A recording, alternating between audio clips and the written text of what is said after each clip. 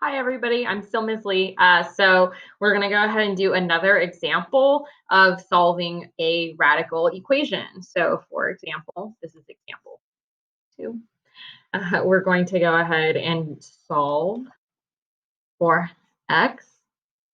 And the equation is the square root of 56 minus x and then equals x. Okay, so just like the previous example, the radical is already isolated, so we don't have to do that first. So lucky us.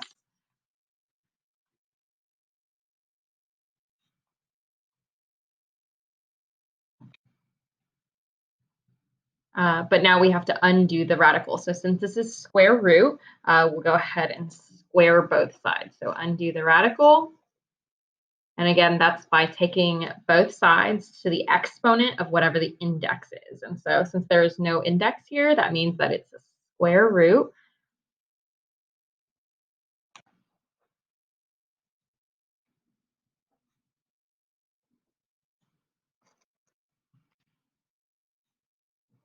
So we're squaring both sides. We're simplifying, and we get 56 minus x equals x squared.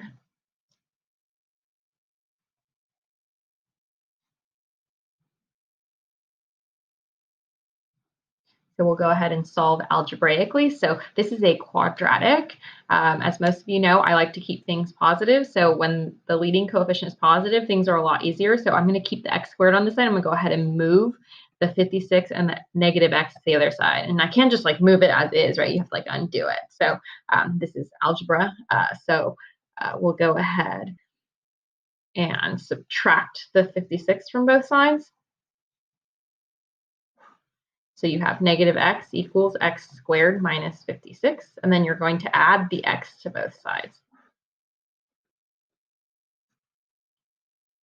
So we have 0 equals x squared plus x minus 56. What's our next step? Do you remember? Well, we're going to factor it. So this is a quadratic in standard form, and we're going to hope that it's factorable. If it's not factorable, we'll use the quadratic formula. So we'll go ahead and put negative 56 at the top, 1 at the bottom, because there's an invisible 1 in front of that x. So what two numbers add up to 1 and multiply to negative 56? Well, that would be 8 and negative 7. So we'll rewrite this as 0 equals x plus 8 times x minus 7. For those of you who forgot where we got these numbers from, that's literally just from here, because a was 1, so we would have divided both of these by 1, but that's just going to be the same thing. So we set both of these equal to 0. And we have x plus 8 equals 0 and x minus 7 equals 0. Yeah, x equals negative 8 and x equals 7. So am I done with the problem? Of course not. You need to check your work. So you need to check your answers. Okay, so check. So by plugging into the original equation. So some kids will be like, oh, can I just plug negative 8 into this one right here and check to make sure it works? No, we know that that's going to work. The issue is generally caused by a squaring.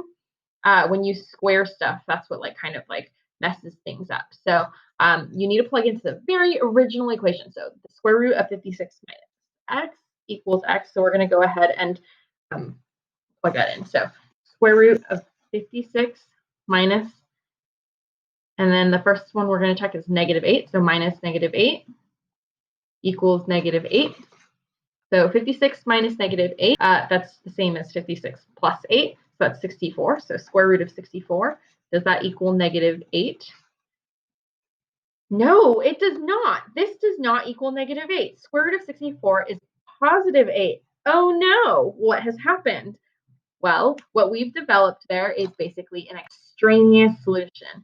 Extraneous solutions come from when you like multiply by an x, or you square both sides, or you do some multiplication that basically gains an extra root. So we gained an extra root here, and so therefore we got an extraneous solution. The word for this is extraneous solution. So x equals negative 8 is extraneous.